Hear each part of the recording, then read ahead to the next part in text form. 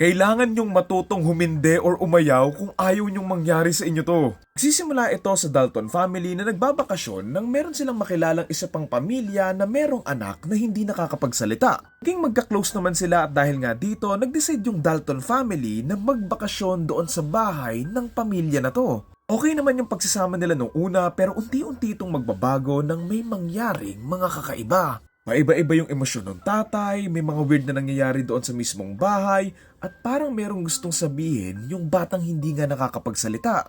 Sa mga susunod na oras, dito nila susubukang makisama doon sa pamilya na to, at dito nga rin nila malalaman yung sikreto nilang mauuwi sa matinding habulan. Title ng movie, Speak No Evil. Hindi ko in-expect na kakabahan at kikilabutan ako sa may movie na to kasi akala ko generic horror movie lang. Habang pinapanood ko to, inis na inis ako doon sa tatay eh. Hindi lang sa kanya, pati sa kanya. Ito yung klase ng movie na mapapasigaw ka na lang ng, umalis na lang kasi kayo eh! Or, tama na, tumakas na kayo, ang tanga-tanga nyo! Slow burn yung film pero once na mag-start yung horror, it starts talaga. Kung fan ka ng The Invitation, The Last House on the Left, or The Strangers, then baka magustuhan mo rin to. Pasabi ka dito ng ano eh, kung ako yan, yada. Pero minsan kasi, understandable naman and realistic din talaga yung reaction nila eh. Papakita dito yung flaw ng hindi pagtanggi kahit alam mo nang may mali. And alam mo yung moral lesson dito, kung pakiramdam mong may mali na nga, sundin mo na lang. Sabi nga nila 'di ba, better be safe than sorry. Favorite line ko dito nung tinanong ng tatay si Paddy kung bakit nga ba niya to ginagawa sa kanila, ang sabi niya lang, because you let us. And it perfectly encapsulates kung bakit nga nangyayari yung lahat ng to. Pala to by the way pero hindi ko pa napapanood yung original pero this one na-enjoy ko naman. I mean it's not perfect pero nag-enjoy ako panoorin. Ang ganda ng performance ng mga actors nila dito, lalo na si James McAvoy na na-master niya ng mga siraulong karakter.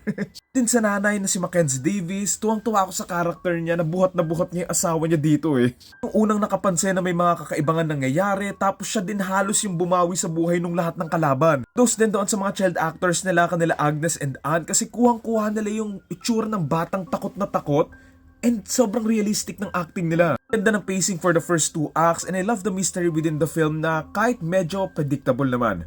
Siguro doon lang sa may third act, maraming nangyaring parang pinilit lang ipasok na parang nilagay lang just to drive the plot na becomes lazy and kengkoy lang in some parts. Like yung pagiging all over the place nila kahit ilang beses na nila tong ginawa, tapos yung hiwa-hiwalay silang umaatake knowing na dalawang mag-asawa at isang bata lang yung hinahabol nila doon sa loob ng bahay, tapos hindi na lang binangga ng pamilya yung sasakyan doon sa may bakod para makatakas, tapos tumakbo pa sila sa isang lugar na makukorner sila, and marami pang iba.